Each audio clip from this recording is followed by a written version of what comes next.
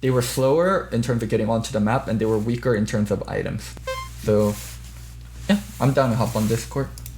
Hey, Hey, Ender.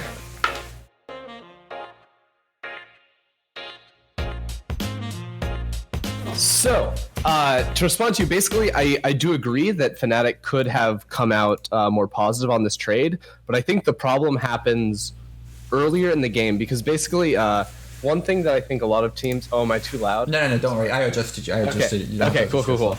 Cool. yourself. Yeah. So there's a play that I think a lot of teams have started going for in the last like 1 to 2 months.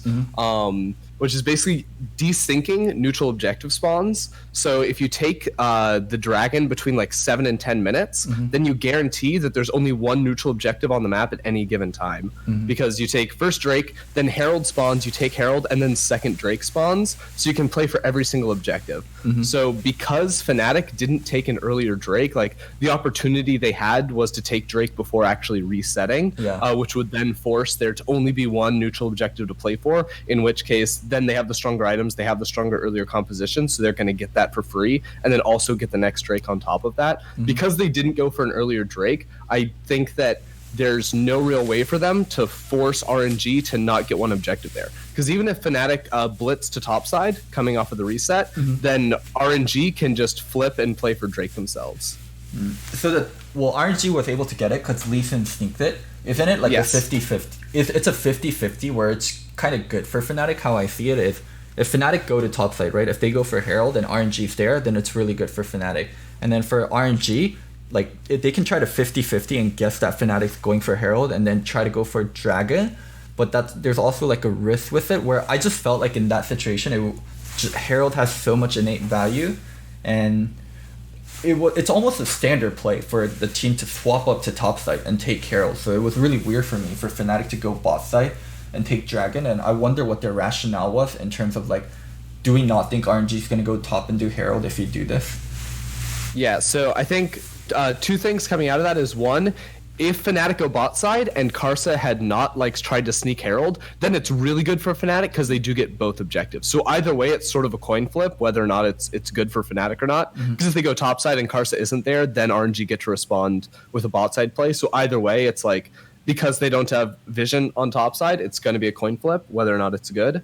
And then the other thing is, I think that Fnatic, because they prioritize this like team-wide reset, and they're all coming back on the map with stronger items, like they're much stronger in both mid lane and bottom lane at this point in the game, they basically get to play through 2 lanes while RNG only get to play through 1. So even though RNG get the Herald and use it top lane, Fnatic still get more gold overall in the trade, and because Bwipo gets back to top lane before Long Sheng gets bottom lane, they even get gold onto their top laner, who's in a losing matchup anyways. They stay ahead in tempo throughout the whole play. Yeah, exactly. So I think that losing Herald, what Herald gives you is just gold off of towers, right? So it's how can a team use the Herald? So even though, yes, Fnatic, in theory, if they get the Herald, they get that money, they made that money anyways by just trading. So even though you consider the trade is Mountain for Herald, that's not what the trade ends up being. The trade ends up being top lane tower for bottom lane tower, and Fnatic get the Mountain Drake on top lane. So it's still a big win for them. Yeah.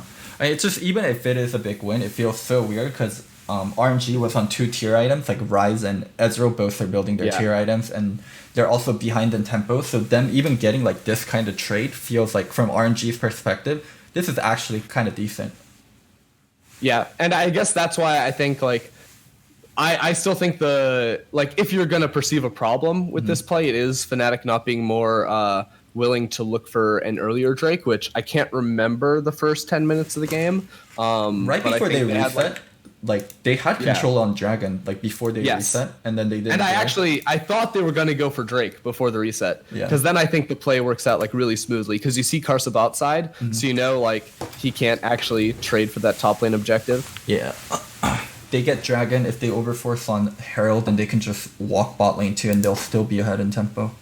Yeah, I think that was probably the worst part. Probably not taking the Dragon earlier. Because the biggest miss here for Fnatic is because they have Gangplank. If they don't give up Herald, they never trade towers. Yeah, because Gangplank can just cannon barrage the wave. Yeah. Yeah. But yeah, I agree. It could have been played better, but still very good for Fnatic. Well, now that I have you here, what do you think about quarters? What do I think about quarters? Yeah. Ooh. So I actually think this is like the hardest worlds to call in a long time. Like, I guess you could say maybe last year was difficult because like a lot of people had faith in RNG. But like I know Froska said this on her Twitter, and I genuinely agree. Is like it could very easily be an SKT versus Griffin. Is it final. Damwon versus Griffin? They're on the other side of the bracket. Yeah, it could just as easily be SKT versus Griffin as it could be like G2 Fnatic. Really? Damn. I actually like that's the spicy call, right? But I think that Fnatic in their peak form, which we got to see a little taste of in the second week, looked really, really good. And I do like believe they will be able to beat Fun plus Phoenix. Like I'm not impressed by that team at all. Like scraping out of the clear worst group in the tournament has given me like, even though like they may come in better, like I'm just not going to have faith in that team going into it. Oh. I'm actually more concerned about the G2 series than I am about Fnatic's. Well, we can go, what is it, top to bottom, like in order of what's going to happen. What do you think of Griffin IG? Griffin IG. Okay, so that one's always... So I think that should be a Griffin series. Personally, I have no faith in IG's jungle, whether it's going to be Ning or Leon. I'm not feeling it. But yeah, I generally think he's like a super coin flip player and is not going to be able to get the job done. Whereas I think the other side, like Griffin, just have like super stacked solo lanes. They can, or not stacked solo lanes, but they have good enough solo lanes to be able to like compete with IG. And then I think jungle bot difference. I think IG with supports as well. Yeah, I think IG is so good at taking advantage of people making mistakes and turning it into something huge with like roams or with like 1v2s or like forcing a 1v1 with the Shy and having Ning behind them and then like turning it into a 2v2 later. Like they're so great off about like finding like a pressure point and making it big or punishing mistakes. I think stylistically that's so bad versus Griffin because Griffin's such a clean team and such a disciplined team. Yeah, I agree. I also think that like IG are like they're one of the dumbest teams, if this makes sense. Like I know what you mean. And I don't actually think it's how the team plays the map is how they're dumb. It's like just individual players are gonna be like, you know what, it's my time to shine, and they will absolutely run it down. Like if you watch their summer split and their playoff run, you just have games where like the Shy is 1v9ing. And then you have games where the Shy is literally just hard running it down by himself. Like, is 4-0 in his game and is like, what if I went for a 1v5? Like, turning around a team fight with H and just instantly dies. I'm like, well, if that shows up, like, you're going to get punished so hard for it. Yeah, they win all, like when we talk about like good things, like when you do like a video on like, oh, look at Fnatic doing like 5-man reset together and like them doing macro things well, like when you look at IG, you don't really do that. I guess someone like Shaka might make content on them with like their Instagram video, what's it called, where you have like you show like one person's play. Mechanics. Yeah, mechanics. They're way more likely to show up on mechanics than they are for team fight breakdown. Yes. Like they have a lot of very good pieces, but sometimes like they forget to bring the manual or something and don't like figure out like how they're actually supposed to make it work. Okay.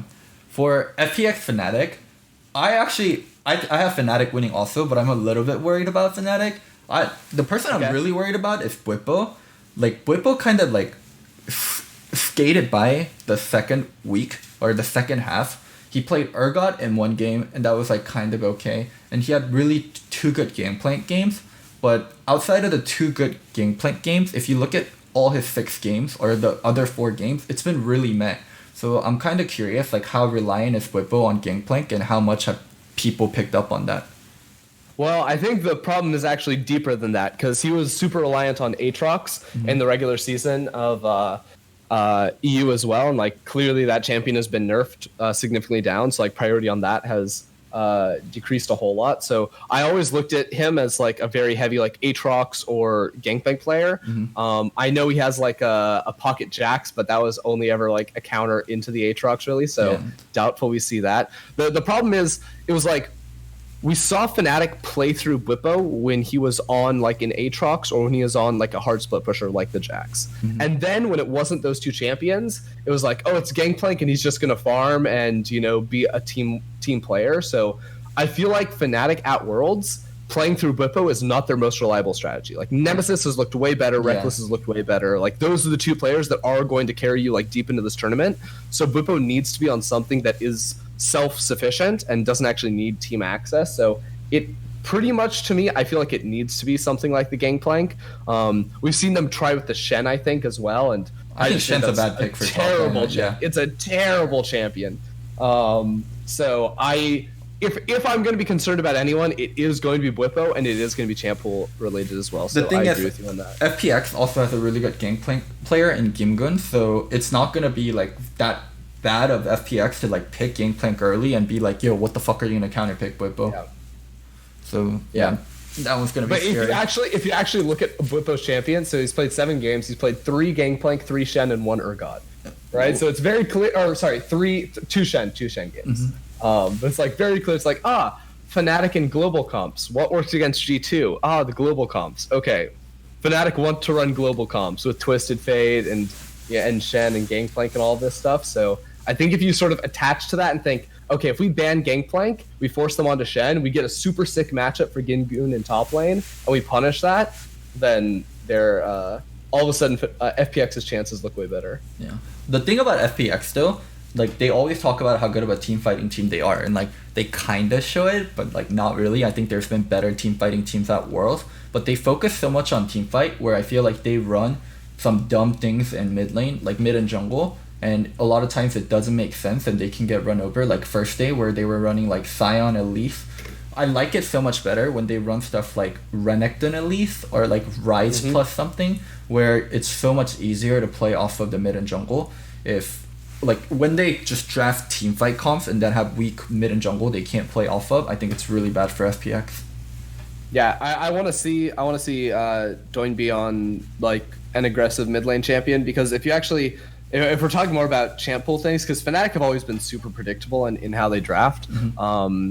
They almost always have really bad like skirmishing mid laners. Like they'll go like the Twist Fate, the Corki, like even I guess Cassiopeia is better, but if you can like jump on Cassiopeia with like Renekton Elise, like all of a sudden that looks way worse. So I think if you play hard for mid lane 2v2, that's where you can actually beat Fnatic, as long as you keep Hylissang in check, because Hylissang comes mid lane all the time. Yeah. So as soon as like 3 players get into mid lane for Fnatic, all of a sudden like a Twisted Fate looks a whole lot better.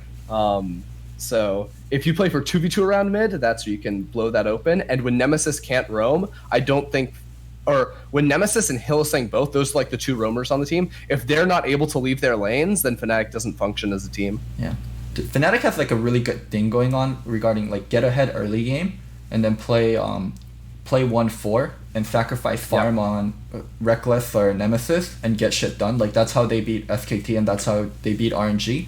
But if teams can stand up to like their kind of get shit done phase where they 1-4 and Nemesis and Reckless are taking far from each other, then people can catch up. So I'm interested to see like how people stand up to that. Yeah, Fnatic were pretty interesting because they're like, you're totally right. The way they win is like they basically smash you early game with like Broxy ganks and then like snowball on you playing the map. But they also were one of like the scariest teams to play against when they were behind, because Fnatic never played like they were at a gold disadvantage. Because the second Fnatic fell behind in a game, they would like group 5 and like hard force fights with like Hylissang on a playmaker. So they would always go for plays that you wouldn't expect them to, because they were down in gold. They wouldn't like lay down and let you take over. So they would come in and try to smash you with like Hylissang, Rakan, Broxylison. Yeah, they look really good when they have like multiple people on engage, like Veigar, Gragas, Leona. I think that was their trio versus SKT, and they could just like smash them open over and over again. So they're really, I think they're one of the most draft dependent team all the worlds. I guess this world everyone's draft has been more important than any other time. Like there's so many champions being played, but Fnatic, when they have good draft versus when they have bad draft, they're like just night and day.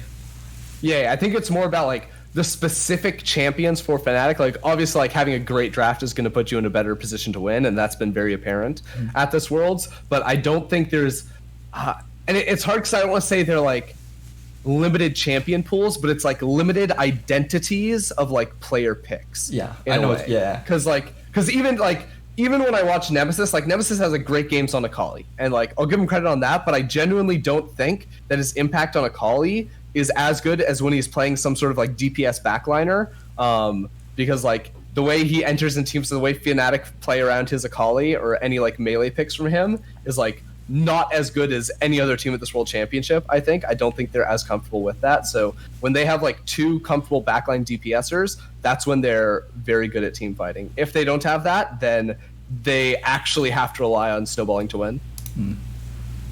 What do you think about moving on to SKT Splyce? Do you think Splyce takes the game? No. Yeah, that's what I thought too. This one looks so rough for Splyce. I think so. They're the strongest 1 seed, right? And I feel like SKT is the strongest 1 seed, and Splyce is by far the weakest 2 seed, so they got the worst matchup anyways. Yeah, I'm gonna share a tweet from Dracos with you because this sums up exactly exactly how I feel about Splyce right now and the EU teams in general. Show that picture on your stream. Alright. The gang's all here. Time to get to semifinals. Just look at Splyce in the corner. Like head in hands. Like, oh man. Yeah, that's exactly Splyce right now. What do you think about some people? I hate this narrative. I think it's pure narrative speak. Splyce is gonna do what Misfits couldn't. Does anyone remember SKT versus Misfits? I think Misfits had a very interesting read on the meta, and they overperformed by having like tools that SKT weren't prepped for. Remember that was the meta with all Ardent, and then they started running Ardent on their jungle and running extremely aggressive boss side. And also that was like a really weak SKT. That was Faker and the nobodies. Now it's Faker and the fucking squad. Now it's Faker, Klid, Teddy, Khan that's performing well internationally. I think that SKT is really different from this SKT. And I think Splyce and Misfits, the only thing they have in common is they're both from Europe. Yes. I agree. Yeah. Okay. I think it's a stretch for sure. That's just such a weird storyline that Splyce fans have been trying to push. I'm like, no, stop. It's not happening. I don't know where it's come from either, because I know I've seen tweets too that's like, wait for, do you remember like Ignar's Blitzcrank or Ignar's Leona? Yeah. Right? It's like, just wait till Northscarin does. I'm like, have you seen Northscarin and Leona? Are very different players. Like that's not gonna happen. Yeah. Alright, the final one, Damwon G2. I think this is the one where people flip-flop the most. And people have such strong opinions. Who do you have? So I have G2. Okay, I have Damwon. I think Damwon could win though. It's really tough for me. Because So obviously everyone's gonna remember G2 Day 2. Mm-hmm. And like the very easy thing to like you come and it's like, oh, what G2 were we gonna see? And that's like either you believe in one or you believe in the other. I genuinely think that G2 can be like the best team in the world when they want to be. Mm-hmm. And when they want to be. they better want to be at quarterfinal. I'm sorry. It didn't look like Jankos wanted to be in every game. Like I've seen some of those players not look like they want to be the best. Mm-hmm. But I've also seen them look like they are the best. So it's like for me, I'm always going to come in and like believe in the high highs of G2. And I genuinely think like they have some of the best players in like every position. Like you can make a case for them, like, you know, top 3-4 in the tournament, for like every single role. That's actually probably maybe even higher than that. Oh, whatever. Mm-hmm. But yeah, I think that we're going to get into this game, and Caps is having the tournament of his life. Yeah, Caps right? and Perks. And it's actually it's so scary too, because we've seen G2 for the better part of this year playing with Caps not really as a focal point in the composition. Like he's been playing well. He hasn't been playing badly, other than some of the games in the Fnatic G2 series. I don't think he actually played super well. But he has looked absolutely terrifying so far this Worlds, and it's not through him like absolutely dominating his lane 1v1, and it's never been about that for He Caps roams because so much. Yeah, he roams so much because even back in 2018, Perks was a better laner than Caps. Like 100%, he played the lane matchups better than Caps did. Like if you just watched the games, if you looked at stats, like Perks averaged like plus like 17 CS at 15 or something. Like it was absolutely disgusting. It was disgusting. Like Perks was on fire. But that, like, nothing to take away from Caps. I just thought Perks was an absolute god. But Caps has always been like one of the best like roaming players, and like even like had that on Fnatic. It was like get some gank assist to Caps early on, win that matchup, and then he's going to go around and destroy the map. And now I'm seeing that again on G2, which is making me think that this team is like even scarier than I was expecting coming into the tournament. And of course, we did have like the couple bad performances against Griffin, against Griffin that you can hold them to. But I genuinely think that Caps and Perks both are playing out of their minds and should be able to take this. Damn. Okay, so my thing is when like we can call like the G2 Griffin them playing 3 games like the best of 3 they played. Initially, G2 came in with all these Asian teams. When we try to play fast versus them, we can't beat them playing fast, so we got to play slow. So they beat Griffin playing slow initially, and Griffin fucked up that Tarzan not getting that double golems, and like that snowballed into a big loss. And then the second Tarzan played an abysmal game. He killed his top laner twice. That was not Sword's fault. Anyways, continue. And then the second game, G2 tried to play slow again, and then Griffin just this time was able to execute their like faster game plan. They're like really well disciplined, like never really give G2 a chance game plan, even though G2 had the outscaling comp and G2 got blown open.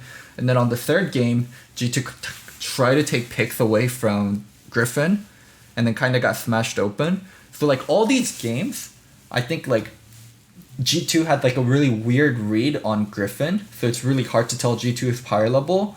But there are things that really stick out to me, like Mickey X's up and down performance, Yenko's inability to play Kiana, and Yenko's also having a terrible tournament. And I think support and jungle are so fucking important in the tournament right now. Mm-hmm. I would probably say jungle 1, mid 2, and then support 3 in terms of importance. And then G2 struggling on 2 of the like the most fucking important roles, so it's really hard to make of like what kind of G2 is going to show up and what kind of style they're going to have. Like G2 has this problem of like too many gifts and too many good players where they can be everything, but a lot of times League of Legends isn't about being everything, it's about being really good at one style and having like small variations of that really good one style.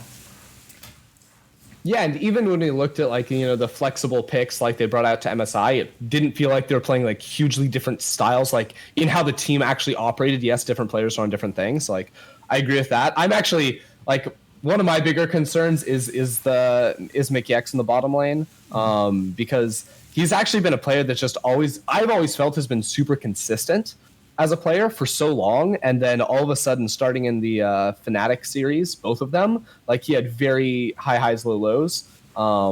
So it's actually one of my concerns. Like coming into the tournament, I had G2 as my favorite. Like I would have picked them to win before seeing any games. And now after seeing the inconsistencies, it's really hard to like be confident in that. Like I do think G2 could win this world championship. I also think they could go out in quarterfinals, right? Like that's like the worrying things. Like if you were to put money on a team right now, or like if you were to bet on one, like I actually don't think G2 is the safe bet. SKT, Griffin, much safer. Yeah, SKT is like a very safe bet, right? Yeah. Because like their variance is much lower. Now I think their ceiling is not as high, but their variance is much more like consistent, I guess. Okay. I think also on the other end for Damwon, Nuclear and Barrel has been looking better. And also, Nuguri is kind of a fake. I think Showmaker has been like the actual focal point. It's not Showmaker, Canyon. It probably goes Canyon or Showmaker number 1, the other one number 2, and Nuguri number 3 in terms of best performing member. But it's so funny how Nuguri got all the hype because of the Klepto and the Cole stuff. He got the Reddit hype, right? Yeah. But I actually I can't believe we came into Worlds and I think it was like me, Vedius, and Frosk had been spending the whole week leading up into play-ins, like prepping for the teams, like watching VODs, and like like asking each other questions like, hey, look at this play, like what do you think, all that sort of stuff. And we all had like really high opinions of Canyon. So it was really strange. We like came in and everyone's like, no, it's not about Canyon, because we were thinking like, oh, this team's actually like really driven by like Canyon and Barrel a lot. Even though they do have like good solo lanes, like it felt like the team was driven jungle support, but I guess that can just be a result of the game itself at the moment. But yeah, like I think Canyon has been playing phenomenally so far in this tournament. Like I'm really, really hyped for this guy. Also, at the same time.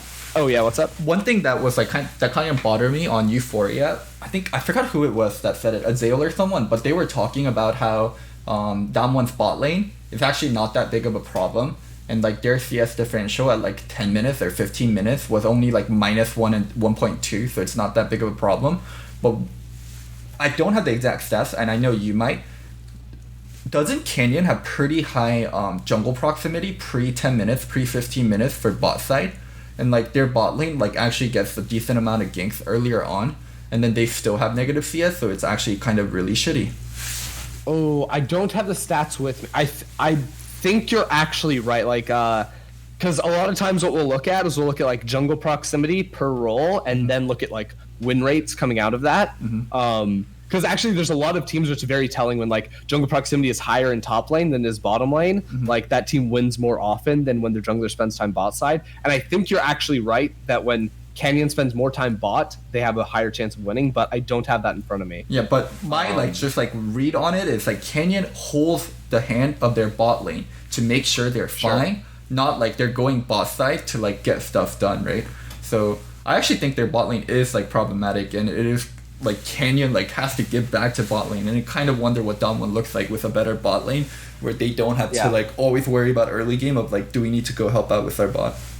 Yeah, well, I actually think there's an interesting discussion here too, because a lot of times you'll hear, especially in like Reddit comments or even like pregame analysis, a lot of the time it's like, okay, who's like the worst player on a team, right? So let's say like Nuclear is the worst player on this team. It's like, oh, okay, so how does this team exploit Nuclear? But I actually don't like the worst player on the team might actually not be super exploitable in lane. They might just play super safe and get beaten every game, but maybe they don't die. Maybe they're just bad at team fighting. Maybe they don't output a lot of damage. They play overly safe, or they like int their face off, right? We see Nuclear do that. Yeah, so, we see Nuclear do both, do no damage and also int his face off. Exactly. So like for me, I think that like the idea of like exploiting someone is sort of like it's like too generalized at this point, or it's like, oh, the worst player on the team, you just gank them a bunch and then you win the game. It's like, wait, that doesn't actually make sense, because maybe they're bad because they play like way too defensively. So in the case of Nuclear, I think in the 2 versus 2 lane, like you can exploit that. And I think that like G2's bottom lane plays a lot of like aggressive bot lane picks that can exploit them in the 2v2. But also, I just think this guy's bad at team fighting. So I don't even think G2 necessarily need to play through bottom lane. Like if G2 were to come into this game and you think, okay, wait a second, the best player on the team, maybe we need to shut down Showmaker in mid lane. Like that actually makes a ton of sense to me. If you want to unlock caps to be able to roam around the map, you put Mickey on something that can roam, and then come attack Showmaker first, and then spread caps' influence to the rest of the map. A really good example of what you said, I think, is G2 versus RNG last year. Who's probably the worst lane for G2 last year? Yarnan and Wadid. And RNG shoved so much resources down bottom, and all Yarnan and Wadid did was play stuff like Kench Tom, or not Kench Tom, what is it, Heimer Tom, and like play stuff like Sivir, and just like kind of survive. And while G2 just took over the game from mid side and mid and jungle, so I actually think like RNG actually suffers from that a lot, where they just always play to bot lane, and they're like, oh, they're the worst bot lane, like we can blow them wide open, and it actually starts biting them in the butt. I agree. Or like Camp Faker. Yeah, that's actually a good one. Like where people try to camp Faker and it never worked, and he would just 1v2 people every single time. Yeah. It's like maybe that's not the right idea. Like it's actually it's super, you have to think about it. It's hard because if you're not working with the team, and this is why like I also get tilted when people like over criticize drafts a lot of the time, like specific champions. Like you can criticize like how they play against the other ones, but like when I I give a lot of faith to teams and coaches looking at drafts because like as a referee, I like was behind the stage and I'm like, oh, I know how much work goes into this and like how many options they have and what they go through in their mind. So like I will not often like, or especially like the first phase of bans. It's like, how do you criticize that? They spent an entire like week most of the time prepping for this. So I obviously have less information than them. You can criticize the end product, but yeah, basically the same thing happens when it's like, which lane do you attack? And it's like, well, how do you prepare for that? Well, you spend a whole week going over VODs and thinking about how these teams play and how your team plays and how you go into that as well. So I'm curious to see what G2 come up with coming out of this, because my initial read again is that it is going to be mid lane, even though I think a lot of people are going to be calling for exploit Nuclear. He's so bad. He gets 3 item on Kai'Sa and he often doesn't do a lot of things. So I think like Nuclear is like a type of player. Yes, punish him if you can, but also you don't need to overly focus on him. And if you lose to Damwon, you lost to Damwon because Showmaker and Noguri are in side lanes and they're doing crazy things in side lanes, and you try to go match them and Canyon was there and you lost to 2v2. Or like I love it when Damwon Gaming starts a fight on side lane. Whenever they start a fight in side lane, I often think they're gonna win. And when there's like a big 5v5, I often think they're gonna lose unless it's like Nuguri's Giga Fed. Nuguri's bad in lane and good in team fights, and I think a lot of people don't recognize that. They think of him as like a godly laner just from like the Reddit narrative of like this guy ran Klepto to get rank 2 in EU. Yeah, but that's I think it's the bigger problem though, is because when people talk about like player skill, it's about everything. So like even going back to like the Perks versus Caps argument, I would have said that Caps is a better player than Perks last year. But I say that Caps is a better laner, or that Perks was a better laner than Caps last year. And I don't think people make the distinction enough between like laning and team fighting and roaming and like game sense, and like there's so many different like I guess like attributes that you can judge a player on that doesn't get talked about enough. And then the other thing is like the thing you mentioned regarding pick and ban and stuff. So I've been on both ends where I've been like a coach prepping and I've also been an analyst criticizing pick and ban. A lot of things that analysts can't do is they can't know the limitation of what the coaching staff and the team had to do. Like maybe the certain players weren't able to play certain picks. Maybe you couldn't get scrims against a certain type of pick, so you couldn't practice versus it. So you end up banning out something that you really just should have kept open, or the other team doesn't play just due to you being so afraid. So analysts can't know the limitation, but also from like the team and the coaching end, I think a lot of times teams and coaches and players tunnel on a certain way to play the game, or a certain thing you cannot do versus a certain team, or a certain way your team must play, and they end up with end results that were not optimal. Yeah. Sometimes also players will just lock in champions that the coach doesn't want. For sure. Seen that before. And it's so difficult as a coach. Like when your player wants like a certain carry champion and you think it might not be the most ideal for the comp and you have to stick them on a tank, like you kind of have to destroy their confidence to do that, or be like, hey, trust me more than like you trust yourself, or like just trust the prep. And especially for like picks 4 and 5, like picks 1, 2, and 3, you prep so much for picks 1, 2, and 3. Like picks 1, 2, and 3 go pretty smoothly, but pick 4 and 5, there's so much different permutations. You can't walk through every single permutation with your team, and you have to adapt on stage and make a decision on stage as a group. And like that one, I think is where teams get it wrong the most. Yeah, it's so funny that you bring that up, because G2, from talking with G2, they call it the 4-5 surprise, because they never know what their 4th and 5th picks are going to be. And Grabs goes up there, he's like, what do you guys want to do? Your 4th pick, like, where's Yasuo going? We still don't know. It's the 4-5 surprise, and sometimes it's a 1 draft, sometimes it's a lost draft. Oh, damn. Oh, another thing about flex picks, I actually think flex picks are kind of dying at Worlds, and like the true really effective flex picks have only been Qiyana and Akali. I think Qiyana and Akali are both really effective in both mid and jungle and mid and top respectively. But for like the other flex picks, right, when you see Yasuo, I almost expect it to be bot lane now. When I see Syndra, I almost expect it to be bot lane. Really? Because I feel like we haven't seen a lot of Yasuo mid. I think maybe like 1 or 2 games. But I definitely think we've seen a lot of like Syndra flex on. Like maybe it's team dependent, where you feel like it's more locked into individual players. Because I generally still feel like those are quite flexible options. And even like that's the other thing about flex picks is that even if you see a champion 90% in like one role, so like Renekton I think is a great example. Like let's say like 80-90% of the time he's top lane. If you want to like slot that into mid lane to like follow the good matchup, like you can do that super easily. So I still feel like flex picks are good. I just actually feel like we're not. Actually, I do feel like we're seeing a lot because like even Jace we've seen like flexed around a little bit. Vladimir we've seen flex too. So like I don't know. I feel like we're seeing different flex picks in a sense. But I feel like it's still valuable. But we have been seeing a lot of like scaling flex picks in a way, like with like Renekton or even Rise as well. Wait, how is Renekton scaling? Oh, sorry, Renekton. I was looking at Vladimir. Sorry. I don't know why I said Renekton. I was looking at Vladimir. Yeah. Where did that even come from? Yeah, but I feel like it's almost different way because like Kayle as well is. Oh, dude, I think Kayle top is garbage. I think Kayle top is not an actual pick, and you get baited when you're picking Kayle top. See, your chat agrees. Spiro Shojin is scaling. You know. No, we don't listen to chat. It's a scaling pick. It's a scaling pick. Dude, wait. Do you think Kayle top is viable? I think Kayle top is a trap. No, I hate Kayle. I think Kale's a trap in any lane.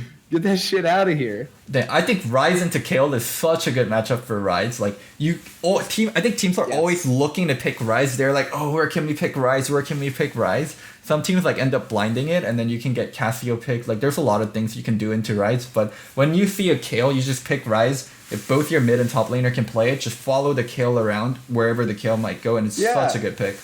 It's like Kayle wishes he was Rise, right? It's like, oh, you're a scaling champion that has range in lane. Okay, so you can punish melee matchups. Okay, interesting. You have CC, so your jungler can potentially play through your lane. Oh, that's quite good. And then whenever you consider like the two matching up in a duel, Rise can always spam his spells and then kite away while she's CC'd. And then come back when his second round is back up again. So it's super sick. Yeah. And also, like, my kind of misread on Kayle was I thought she's strong at 16. She's actually strong at 11. Like 11, she's good at 11 and she overboard at 16. But 11 is still like you feel good as a champion. You don't feel like a burden anymore.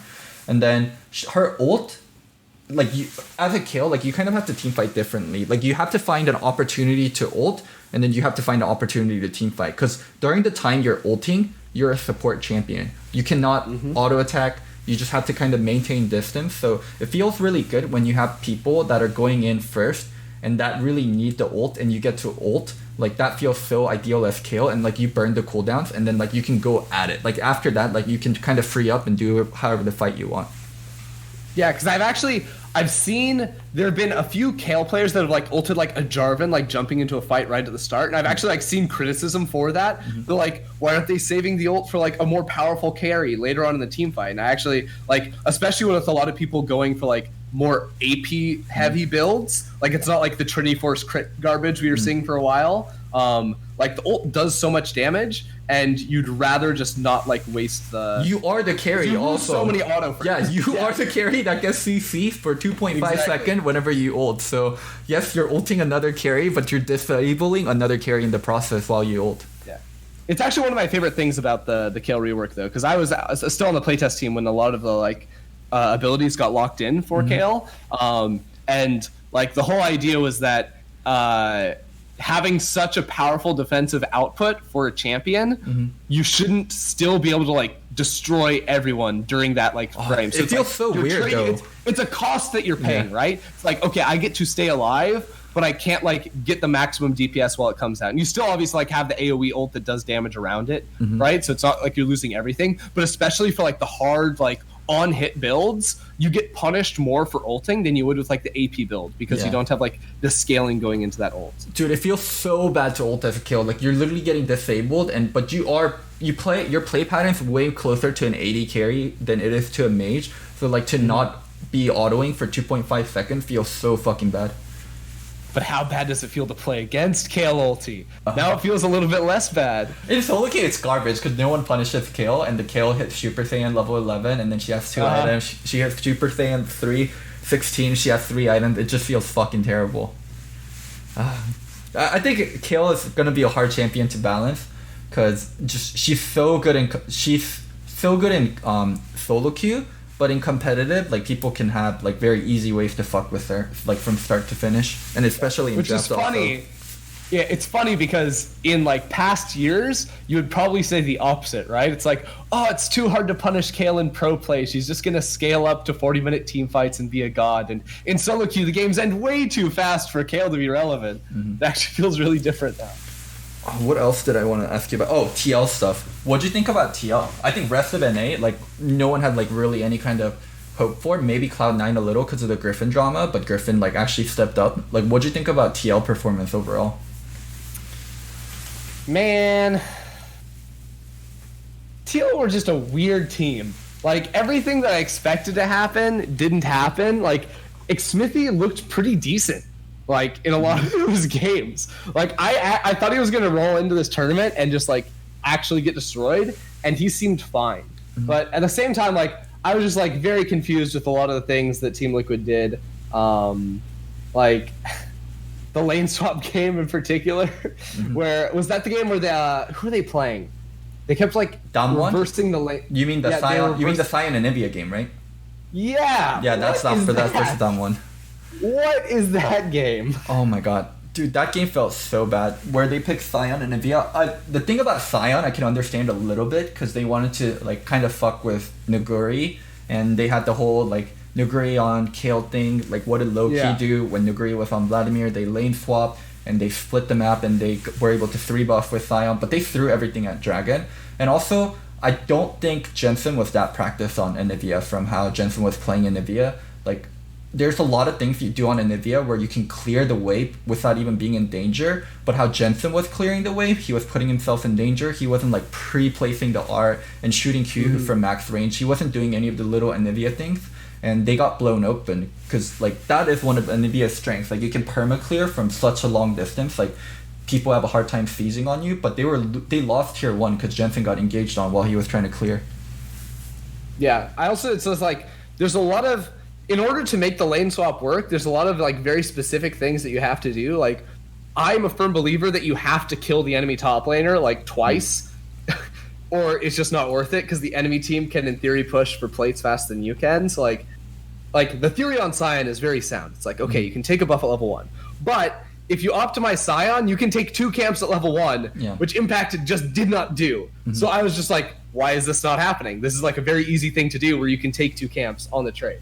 But anyways, and then TL also tried to like split the map where like they invaded topside, but by doing that, they weren't able to like cheese a brush and kill Nuguri at level 1 or like at least burn his flash to set up for the dive. So they end up not actually punishing Nuguri as much as they should have been able to in this lane, and weren't able to funnel the gold onto Doublelift like they should have been. So the plating thing I'm gonna push back a little bit on because it's Sion versus Kayle defending 1v2. Sion's able to like defend way better than Kayle. And also the really good thing about swapping into Nuguri, this motherfucker will run Klepto almost every single time. And Klepto's a worthless keystone later on in the game, and it's only really valuable in lane. And in a 1v2, Klepto is not a keystone.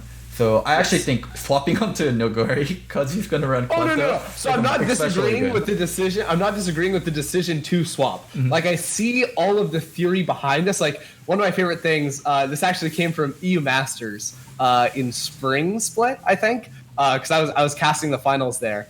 And I think it was Mad Lions, their top laner, both their main top laner and their sub top laner couldn't get like a visa or they weren't able to play for some reason. So they had to sub in their backup jungler as their starting top laner for the game. So, and obviously he can't play top lane. So they decided they were going to lane swap the games. And so they went for the same thing, like with the Sion, the triple buff level 1 and they did everything they needed to and they still ended up losing the game. But like you could see exactly what the theory is that you're trying to go for.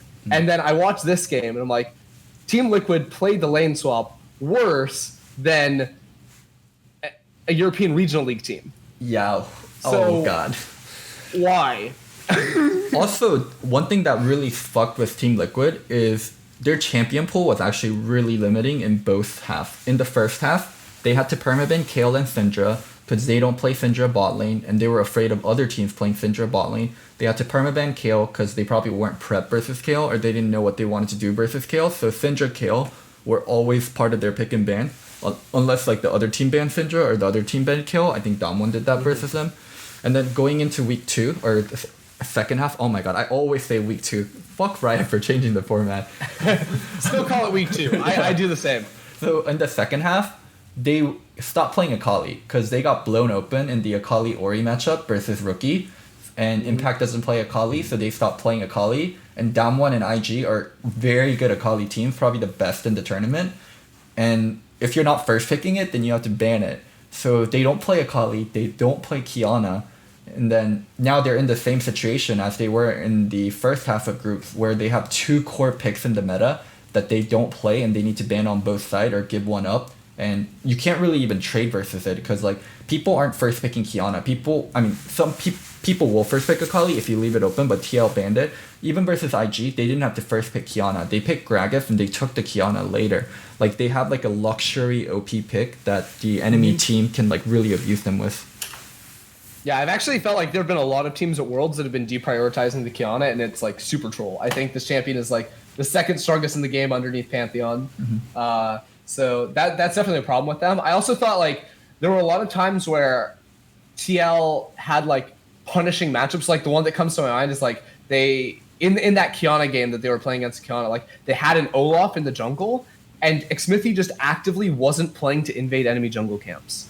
And that's like such a basic thing on the champion where like, oh, you have like a strong mid laner next to it, like you have a LeBlanc, like you should be playing for like the respawn timer of Raptors and fight that 2v2 every single time and take that camp.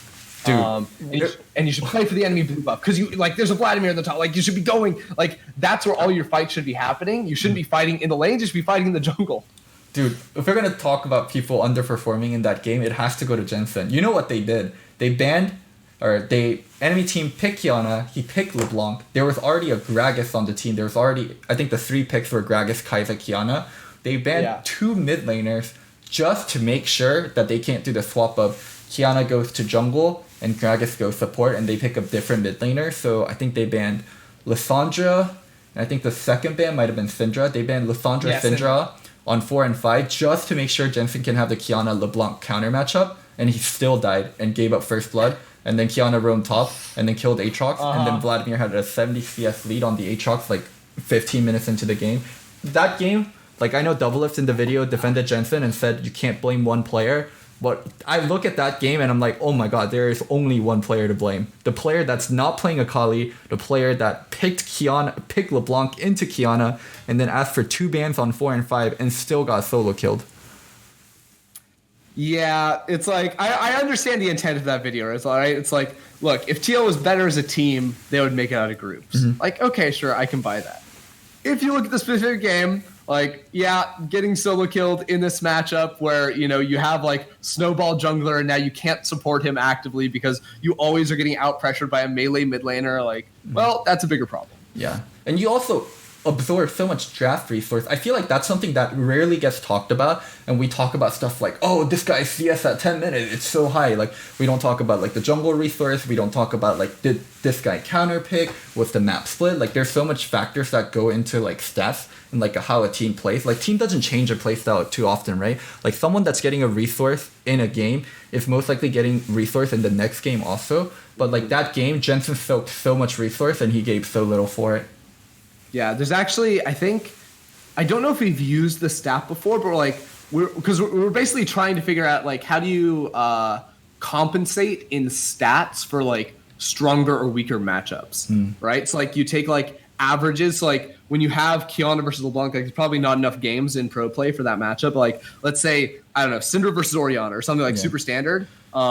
And you like average out like what is the average CS difference and all that, and then you compare that. So I don't know if we've actually used that stat before, but that's something that like we sometimes look at behind the scenes to figure out like, oh, does this guy like, is he just in a losing matchup all the time, or does he like overperform relative to like what his matchup should be? Does he underperform relative to matchups? Because sometimes you have players, right, that get super sick matchups all the time, but like their CS at 15 is like +1. And it's like, well, why is that? It's like, oh, they're not a bad player. They're +1 CS at 15.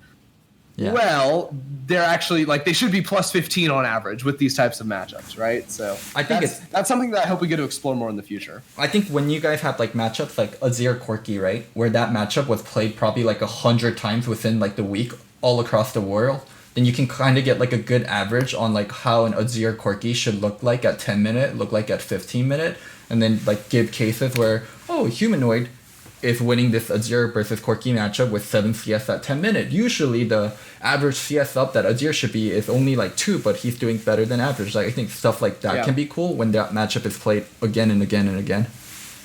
Yeah, I agree. That's the plan. There was one other thing I wanted to ask you about. I asked you about TL. What was the other thing? Fuck. Oh, I forget. Well, thanks for coming on and thanks for speaking to me. No problem. Are you casting anything more? Or what is it? Are you just watching it? I'm donezo. Yeah. Well, I hope I at least get to see you on like Euphoria. Are you going on Euphoria or doing other like shoulder content? No. Oh, I do remember what I wanted to ask you about. What do you think about Uzi in group stage? Because I feel like I had a pretty controversial opinion, and like I know how like the entirety of China views Uzi, and I know how everyone views Uzi on like a world level, but I think Uzi's second half and like how much RNG plays to Uzi is actually really troubling. So I saw your stream for a lot of the Uzi flame, or we'll call it critique. I generally agreed with your statements. Like I still think like Uzi is a really insane player, right? Like mechanically, like one of the best. But I actually I agree with a lot of the stuff you said with like him prioritizing farm, like when there are opportunities to like fight or like put down more damage. So like it's interesting because I think it's really hard to call him out just because of like the brand and the name. And I still would say he was like one of the highest performing bot laners in the group stage. But I can't help but feel like it would be better. And I don't know what the problem is. Because the problem might just be like he thinks he has to carry. So he's like is taking literally everything on the map and like thinking, okay, if I just get 6 items, like I can be the god then. But I do think that like if there was just someone to be like, well, look at these opportunities that you missed, then there's a case to be made that he could be better.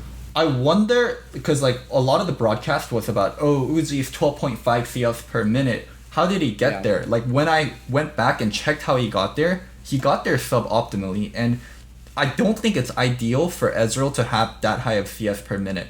I think Ezreal should be doing other things. Like you can have that high of CS per minute like until 18 minutes or until you get your 2 items, and then your playstyle has to completely change. But he doesn't flip that switch of completely switching his playstyle, and I think Ezreal is actually one of his worst champion due to like he wants to infinitely scale and always be the strongest person on the map, and that is not how Ezreal wants to play.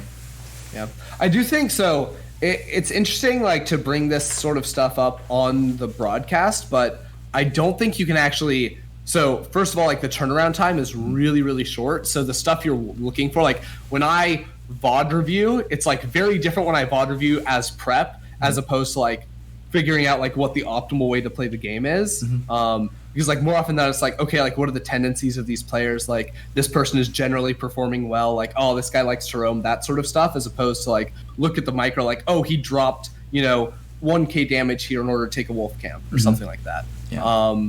So like those are the things, and it's also like, who are you going to criticize on that team? Is it really Uzi? Like that's a hard sell. But yeah, so those are always like the philosophical discussions I like to have because there's never a right answer, but I do wonder like if we had more time or like if we'd like seen that faster, like maybe everyone's perception just changes because all it takes is someone to say that in the cast right, and now everyone that's watching is looking for that, and then all of a sudden like community perception around a player like can instantly like turn around. It's so hard to call out Uzi too, and I know none of the Chinese casters can't do it, and like as like the Western casters or like the Western analysts, maybe we should. Also, in Jat's like teamfight breakdown, one thing I was like really disappointed by Jat is like he highlighted, Uzi did this, like Uzi QSS flashed the Lee Sin kick and he played this fight well, and the Kayle just had to ult him because Kayle didn't think he would do that. In that teamfight, he autoed a ward twice and he missed 2 Qs. If you do that as an Ezreal like your autos are more valuable than normal AD carries because you have much slower attack speed. So your autos need to hit the right target, and your Qs need to hit, because if you miss your Q, it affects everything. It makes your W slower, it makes your E slower, it makes your next Q slower. So like making those kind of mechanical mistakes on an Ezreal is like really fucking punishing, right? And like that didn't even get touched on. Yeah, you lose the cooldown reduction. When you land your Q, you get a second off your spells. Like what? This guy missed 2 Qs. He missed a Q on a stun target, and he missed a Q that he could have hit. Like, it was on a moving Kai'Sa, so that one is somewhat forgivable. But he autoed a ward twice. So, like, these are, like, deathly mistake. And I feel like if any other AD carry made that mistake, it would get highlighted so much. But even if Nuclear makes that mistake, like, you know, his head's gonna be served. But Jat didn't even go over it. Jat just was like, oh, he QSS flashed the kick. And it's like a breakdown piece. It's like breaking down like why they won or lost that team fight. Sure, maybe even if he did everything, then they still lose the team fight. But I thought that was like a really huge thing, and I thought he would touch on when I saw, oh, this is the RNG versus SKT, that fight. Like, Jat's definitely going to touch on Uji messing up. And he just complimented him doing the QSS flash. And I was like, what? This can't be right. Yeah, I saw the video, but I don't remember the fight well enough to like comment on it, I guess. Yeah. Unless you go back and watch it, like, you're not going to be able to tell. And I don't blame any caster.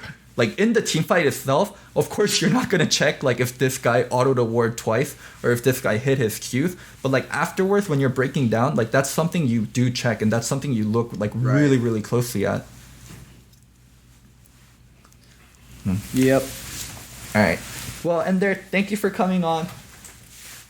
You're welcome. Gonna find me at twitch.tv/Endercast and on Twitter @Endercast. Go follow, like, and subscribe.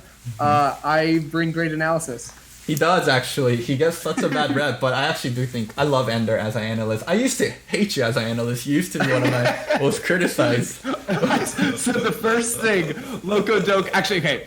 I don't remember the first thing Locodoco said to me, because it was probably when I was a referee. Yeah. But the first thing Locodoco said to me when he knew who I was... He rolls up to me at the Team Liquid after party at Rift Rivals. He says, Ender, I think you're wrong like most of the time. There were stuff you were talking about where I remember, because earlier in spring when I was watching LEC, I would watch with like the cast on, and I was like, who the fuck is this guy? And like, what the fuck is he saying? I wish I like clipped those, because you were definitely wrong with the stuff you were saying, and I had it marked. But yeah, I think you've been so good. Like, I started to listen to your stuff a lot more, especially after you came on to listen Loco. But yeah, you've been fucking amazing. Thank you. I appreciate it. All right. Well, thanks so much for coming on, Ender. I'll talk to you later. See ya. Bye.